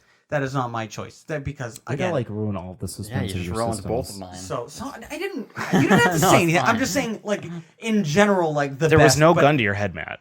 Boy, I'm just ruining everyone's thing, huh? Maybe I should go. You didn't ruin anything for me. Well, I got a I worst. just thought it was a dumb opinion. Not a dumb opinion. I disagree because I never liked the PS3 design all throughout its life. I'm going through the systems that I've played. No, that's fine. Yeah, I'm just saying. So, I for the never PlayStation 3 liked the was PS3 design in yeah, general. but I know a lot of people, especially to start, did not start out with PlayStation 3. It started with the Xbox 360. Yeah. So, and if I started with the Xbox 360, and then the next one, that might have been mine. But so I just think the fan was so much better. It was quieter. It was a lot less. It no bulky. longer had 8 USB ports. It didn't look absolutely hideous. I felt like it ran better. And on top of that, there was a huge increase in the memory because it used to be 20 to 40 gigs. I got the Metal Gear Solid like special edition, even though it wasn't even a special edition. It was just a lighter black. I was like, this is okay. Yeah. So it came with Metal Gear Solid 4. So that was my favorite redesign of. Should I go over my least favorite now that he just went over? No. Well, because it's like the PlayStation 3 as well. Okay. Well, I just feel like why was that your least favorite redesign? Well, I kind of struggled with this category for a few reasons. One of Slim or yes. Oh, okay. That specific one or the final version Just with like that? all of them in general after the first. Well, okay, so I'll tell you the reason I'm saying this is because they took away backwards compatibility. Yes. I feel like when you're making upgrades to systems, the first rule should be do no harm. Like, don't take anything that was great and take it away from the system. And I feel like... But it wasn't cost effective. So that's the thing. It hurt the system, but it made the cost a lot And that's what better. actually helped it creep up to Xbox 360 sales. But I mean, the PlayStation 2 has maybe the greatest library of any, or the largest library. It's the best-selling system, isn't best-selling it? system, yeah. Yeah. So I feel like it was kind of strange for them to take that away at that point. But I also feel like they, at that point, for the life of the first PlayStation 3 generation, at that point, it got the people that got the backwards compatibility. I think at that point, they were just trying to get people into the PlayStation 3, like, in general. Like, I mean, it's the one cycle. it's one of the few systems it's the only PlayStation mainline console that I've never bought because, I mean... I think that's for a lot of of people. reasons, Yeah. but also because, why would I want to buy this system that I can't play all of these awesome games that I own? Now, didn't they even... So the PlayStation 3 that Dana's talking about in specific is the PS3 Slim. It's with the matte finish. Yes. Now, between the original PS3 and that, didn't they have one other version that was just kind of the same thing as the original PS3 but also did not play PS2 games, or was that the first one? No, they did the same big, bulky one, and it them. was not backwards compatible. And that was just to lower the price immediately. I don't even know if that lowered the price, did it? I don't know if it lowered the price. I would assume it would have to. But it was bulky and it had less like ports that you could do because the original one started out with like 4 and it was a 20 gig, and then they had another one that was two ports and 2 USB ports? Yeah, I thought I had like 8. I thought it was like something. Well, the first obscene. one was like it had 4 like in the first part where you lifted it up and it had like an SD reader, a mini SD reader, and it had all these like they useless got things. way too egotistical. They did that get way too system. crazy. And that's why with this they cut it down. They made it sleeker. They focused on, all right, let's just make it a better gaming machine. Here's what I will anyway, going say. back to Matt, I don't know if you had anything to continue. And really, on that was it. Because I mean, like I was saying, most of these times with the revisions, there's not a lot of cases where they literally made a worse version because it's kind of hard to do that when you have 4 more years of technology. You can make it smaller, cheaper. You can add a few things that you forgot. So I mean, that was really the only thing where I was like, why did they make something and then take away one of the standout features of it? Oh, because they actually did that with the Wii too. I didn't even realize that the black Wii. it's not backwards compatible. And on top of that, you can't even plug It depends on which black Wii you're talking about. Well, yeah, but for most of So the original Wii, I think, had like a more expensive black version, didn't it originally, or was it just the white one? That wasn't backwards compatible. That was the thing. I'm almost 90. I don't think that was right away though. I think that was like there was a version of the Wii that later down the line to cut price got rid of the GameCube slot altogether, and then there was another version that got rid of not only that but the internet as well. It was like that one where it like top loaded the Wii games. It was the Wii Mini. I think it was the red and black one. It's tiny. Yeah, I thought that was just... I actually thought it looked kind of cute. It looked neat, but... it didn't connect to the internet. There was really no reason, but... But that's what I was thinking. So my thing on the PS3 is, if I'm comparing the PS3 to the Slim version is an amazing departure from the original. Well, and that's all I I just played. never liked the PS3 anything. Well, see, that's the thing. From start to finish, I thought the design was... I don't like that it had like that weird curved top. It didn't feel like it really fit anywhere. You can put stuff on on top of it, like, or I don't put stuff on top of my PS4. Oh, but see, it actually worked great with the controller because the controller was arched, so it sat right. Well, right now I charge my controller on top of my PS4 and it doesn't slide anywhere. It just stays put because it's a nice flat surface. Yeah, but I mean, I never be putting stuff on top of the system anyway. But it's just the controller. All right, Dan, what's your favorite redesign? Well, no. No, worse. Worst. We're just going through Well, all no, the we were worst? doing all of our favorites. All right, so we're doing the favorite. All right, Matt decided to kind of No, interject. because he started with his favorite, and because it was the same console, that's why I said I should which just is do my fine. worst. Okay, so what are we doing now? Where are we in this crazy party? It's Do you want already me to do off. the worst? Matt decided to throw it off the rails. Dan, what's your worst? We'll just do all of yours. I'm going to continue with the PlayStation 3 and say the top loading piece of absolute junk last generation of the PlayStation 3 was the worst. So in reality, the PS3 had both your least favorite and most favorite redesign. It for was a system. such a shit show when I first got. I was super excited, like, oh my god, it's a nice top. I thought it was going to look fancy and feel kind of like the top loading PS2 Slim, which was really nice. Like it popped up kind of nice, and no, this thing feels like didn't you initially like it though? I It did took you initially, a while. but it's new. Everything new. I'm just like, Yeah. "Wee!" And then I was there when I you- have it, and it is so junky. It feels so cheap. So for what Dan's describing here, it had this panel on top that slid to the side, like picture a PS3 Slim, but it's like has The like right side of it grill. was raised. It has because like had to grill slide over lines going down it, like all these like weird like Looked like a lines on grill. it. It looks like a grill, and the top half of the top slid to the left and there was the disc tray instead of inserting the disc and have it feed in. So it was kind of this weird amalgamation, like trying to kind of be the PS2 Slim, but definitely not. No, not only that, I always felt when I was like pressing the game down that I was worried because it kind of didn't sit like perfectly. It kind of felt like you would bend the game when you put it in, and I was like, God, this feels so just crappy. Initially, you're all excited, like, wow, cool redesign, top loading, like, oh, this makes me feel kind of like the PS2. Well, that was like their last ditch money grab effort to get some more money out of was. the It It's system. just because I looks was- like this cheap, flimsy, like 70s, 60s style plastic, like. Oh, it was just so cheap. And it was just a huge disappointment because I remember GameStop when I worked there did a big deal where it's like trade in your PlayStation 3 for the new one, and it like I think there was only like a $50 or $60 difference, and I was like, oh, I get a new controller.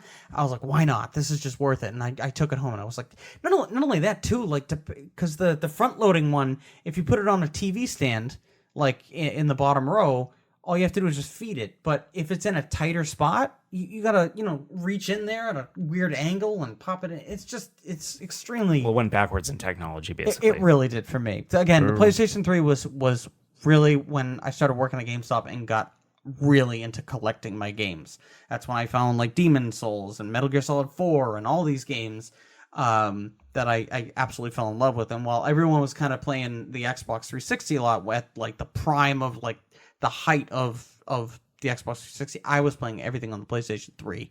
I always remember. Yeah, because you did have both, but you primarily used primarily your PS3, had the because the PlayStation. graphics were slightly better. Well, that and I love the controller so much. The big thing was, Oh my I know god, you one of the didn't like that worst controller, controllers I've but- ever felt in my life. well, after they came out with two like trigger Attachments things, from for the GameStop, L2. right? But that was also a big time when the L1 and the R1 were mostly the shoot or aim It and was shoot. those Those dome back ones felt weird. joysticks. It felt It was like the you were dome pulling the lever. joysticks too. There was no precision with like first The person joysticks? Yes. Oh, I love that. Oh, Horrible. Because they went concave instead of concave, where it's like a dome shaped for the I joysticks. just felt they were really grippy though. That's the one reason. I like the 360 controller way better. I like the PS4 controller way better. The PS3 controller is my least favorite controller. I'm over out of any controller I've ever held. The PlayStation 3 controller and the PlayStation 4 controller. That's the big one. The Xbox 360 and PlayStation 3. I still like the. Oh, the 360 controller is way better. No, I just in every bit, way. The 360 just feels like bulky in my hand. Again, this is someone who. Are you sure you're not thinking about the original Xbox controller? That was bulky. No, just even then, something about like the even 360 controller is pretty small. Even the triggers on the Xbox 360 controller still feel just. I don't know. They don't feel right. Matt, are you pro or no for the PS3 controller? Did you never really use it? I didn't use it that much. I never had a PS3, so I mean, I was indifferent to it. I guess I didn't play it enough to really have a strong opinion one way or the other. I have very strong opinions on that. Oh, I know. He used to. No, and I understood. I completely agree that like playing those games and using L2 and R2, like L2 aim, R2 fire. Oh god, they went underneath the controller. It did feel weird. It was like a disappearing act. Sent like shivers up my spine every time. All right, Matt, what's your favorite console redesign? So my favorite is the Game Boy Advance SP. So when the Game Boy Advance came out, it was this cool, awesome. It was completely different than the, just the Game Boy. We had the Game Boy and maybe the Game Boy Color for like a dozen years or something. It came out in the 80s, and then they didn't come out with the Game Boy Advance SP or the Game Boy Advance until like late 90s or early 2000s. And just when they transitioned finally a couple years later to the SP, they made so many great upgrades to it. Like they backlit the screen so it's much easier to see. Oh, that's the one I was never able to get. Dan's showing me the classic NES version that I really, really, really wanted and was never able to get. Yeah, so this is like before playing handhelds like in dark was like even possible, and like it had its bright screen, so you could do that. It had that nice clamshell shape, so that you could kind of put it in your pocket and not have to worry about getting scratches or having it get destroyed if it drops. So it was pretty durable in that respect. And then another thing that I really loved about it, it kind of was one of the first major handheld consoles to not use batteries. It had a charger instead of the regular Game Boy Advance. Didn't have any batteries at all? No, charge only. It had wow, I don't remember that. That's awesome. Yeah, so that's another thing I don't like is having to buy batteries for controllers or systems or things like that, because I got to spend $6 on batteries every week. It really stupid thing. Paved the way for every Nintendo handheld that came after it. Yeah, it made a ton of little tiny quality of life improvements. When you add them all up, it's like a game changer for actually being able to play the system. So yeah, complete redesign too. Like absolutely, looks completely nothing like the looks like a Game Boy Advance system, but it plays the same games. But. So yeah, the only issue by the way, I completely agree. That's one of my favorite console backlight redesigns built in too. Ever. Everything about it was just amazing. Sometimes I could feel like my hand, it was a little small for my hands sometimes, because the Game Boy Advance was nice and wide. Wider. It felt really good in your hands. It still does today. I still have my original Game Boy Advance, even though I don't use it. I've actually been using the SP a lot lately to play Zelda and the Minish Cap. And not only that, the L and R buttons, I don't really have an issue pressing them, but they're very small. They are. They're very, yeah. The console, it just doesn't feel like, it's not that it feels bad in my hands, but the Game Boy Advance original felt so much better. But that being said, the changes they made to it cannot be overlooked. It is possibly the greatest redesign of a system ever. You didn't have that stupid attachable, squiggly light. Yeah. Oh my god, that thing was cheap and break within 3 months. I'm surprised neither of you picked the PS2 as the Slim, as the best redesign. I purposefully didn't put it on this list because I'm like, one of them's going to pick that. I don't want to also say something about that. It looks cool, but what else besides it just being smaller and cooler? The original PS2 kind of sucked. Oh, I love that. I have. But no, no, not from a design perspective, from a operational perspective. There's just a lot of empty space. If you got one used from GameStop like Andy did, they often didn't work. They were breaking a lot. Now, if you took care of yours, it was probably fine. The Slim, however, I still have my Slim. I still use it pretty much once a month. It still works perfectly fine. And I didn't pick that as my favorite. I'm just telling you guys that's why it is my favorite. Because it took such a humongous system and compacted it into this very tiny living space. Thank you, Jeannie. With the top loading disc tray. I just thought it was just one of the best redesigns. That's not what I picked, just because I assumed it. So what'd you pick? What's your favorite? What do you guys pick? DS Lite. Ooh, DS Yeah, Lite. that was. Yeah, they made a lot of good changes on that. Talk about making something that was concave and making it nice and sleek. We talked about this a bit last week. Runners up for my favorite was the 360 Slim. That was my runner up because the 360 Slim I love because they finally built in the Wi-Fi instead of having you buy an adapter for it. Oh god, yeah, I forgot about that. But anyways, the DS Lite. So the original DS, which I did have, geez. I still loved it. I still played it, but as soon as the DS Lite came out, I realized the error of my ways. So the DS original had this really awkward, like octagonal design. It was very odd, and they have a habit of doing that with their first gen handhelds. It looks like, because look at what the original 3DS looked like with that weird stylus that you had to pull out to stretch, and it had like the weird small screen and the weird like kind of like beveled edges on the original 3DS. I remember it being so bulky. Not the XL. The original 3DS. It looked very odd. Really? I didn't really have a... So the DS also had like the screens weren't very bright. It was very bulky. It's very top heavy. I remember like very heavy. It was like much heavier on the top, so it would be kind of tilting backwards because of the clamshell shape. The DS Lite just improved everything in space. Nice flat curved edge, sleek design. Thin too. Very thin, very lightweight, brighter screen, better sound. Stylus was bigger. That was another. The original DS had a very small stylus. The DS Lite, though smaller, had a bigger stylus, and it was a lot. It was just everything about it was just so much better. I remember I didn't get it day one, but as soon as I was able to afford one, I traded mine in an instant. It just made the original look like crap. To be honest, absolutely. I mean, the original one looked like crap. I still got one because I loved playing Mario Kart. With my friends and stuff like that. Was the DS Lite still backwards compatible? Oh yes, it was. It had a separate cart. So the only thing that sucked about the DS Lite was the next one or something. So the only thing that sucked about the DS Lite when it came to backwards compatibility is the Game Boy Advance games stuck out a little bit. Okay, so Matt is bringing out the in front of us. Is that the DS Lite right there? No. What's that?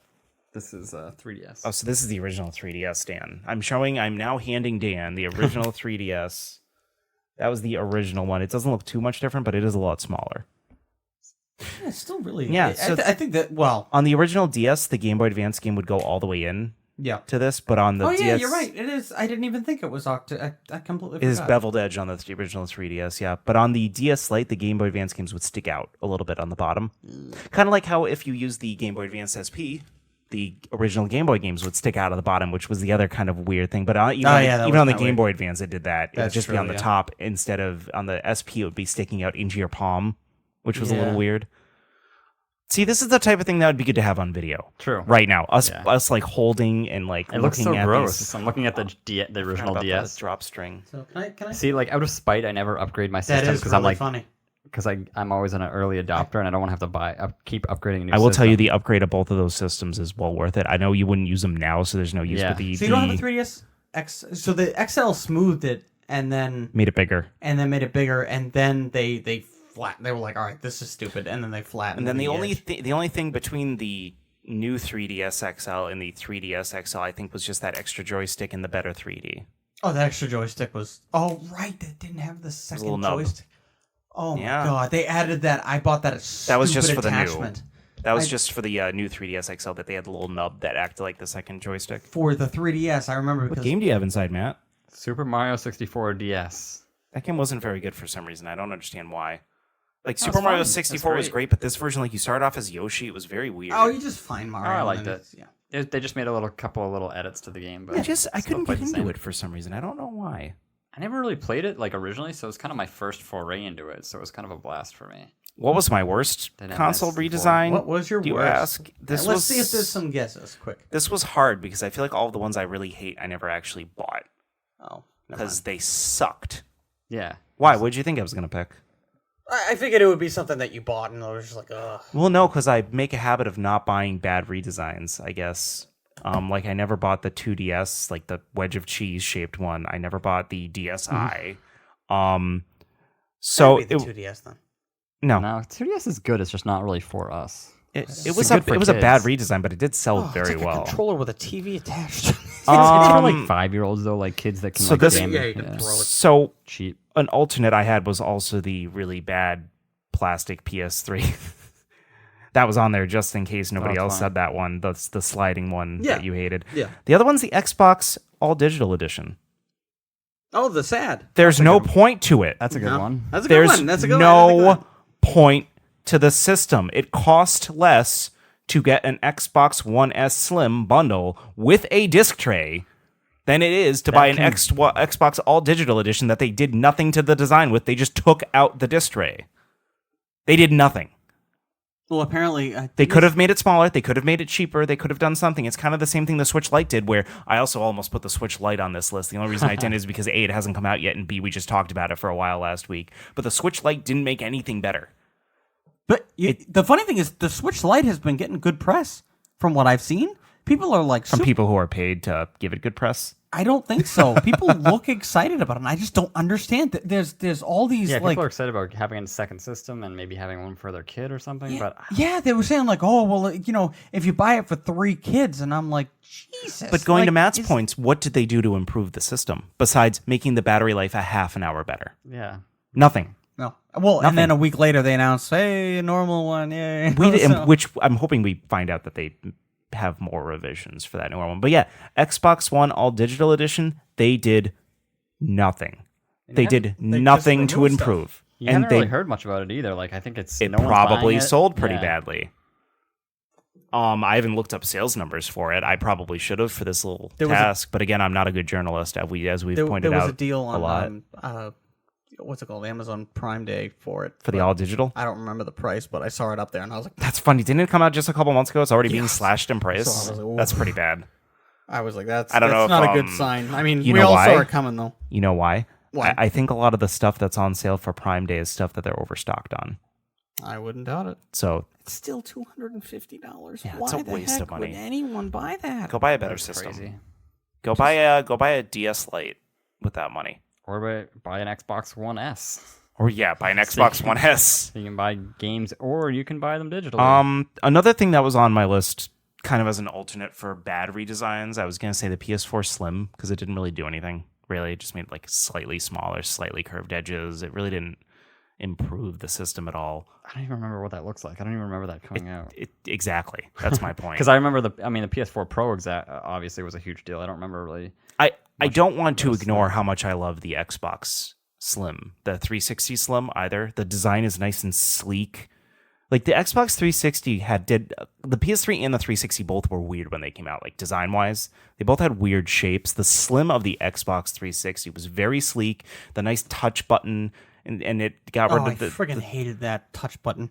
Only because when I'm cleaning it, it friggin' turns on and off and on and off. That Like, does happen to me a lot God, too. you're dusting but and it's like, the, ding, the ding. Wi-Fi was built in Well, this that was- time, so that was a nice redesign. But yeah, the DS Lite was my favorite, and I just think the Xbox One SAT is probably the biggest, just worst cash grab redesign I've ever seen. Absolutely. I don't even know 'Cause if at I call it least- a cash grab. At least things like Cash the grab Yeah, is they're not usually grabbing like, crash from yeah, anyone. They're not trying to I don't feel like it's helping anyone. It's just well, they wanted it to be a I feel like cash they're just grab. kind of testing. they the wanted waters, it. Well, but- every company wants something, whatever Like they have. at to be a least cash things grab, like but the Wii Mini and the PS3, the clamshell plastic they one. did at least, something. They were more compact. No. I was gonna say at least they were at a low price point. Well, that too, but they're more compact and The Xbox One SAT is still like basically the full price is the Xbox One S. Like all there's they no had to point. do was make it the power of the Xbox One X and the same price. All right, guys, last call. Anything you want to bring up before we end the show? No. Wow, Matt, something on your mind? No, he's just testy. No, I he just- missed his nap I today. just don't have anything else to say. Okay. Oh, okay. No, I'm good. I'm good. All right. Well, thank you all for listening. And again, catch us every week at 12. You can tweet at us at the Manabar Podcast on Twitter, or email us at manabarpodcast@gmail.com. Do it. And Matt, where can everybody find you? You can find me Matt Talks Games on Twitter. And Dan? You can find me on Twitter at Game Review Guy. You can find me on the Twitter at Highly and Andy, and also catch the new episode 2 of A Link Between Zeldas. I swear I'm going to try to do them more often. And with that, this is The Collector, The Trophy Hunter, and The Bargain Bin Gamer logging off.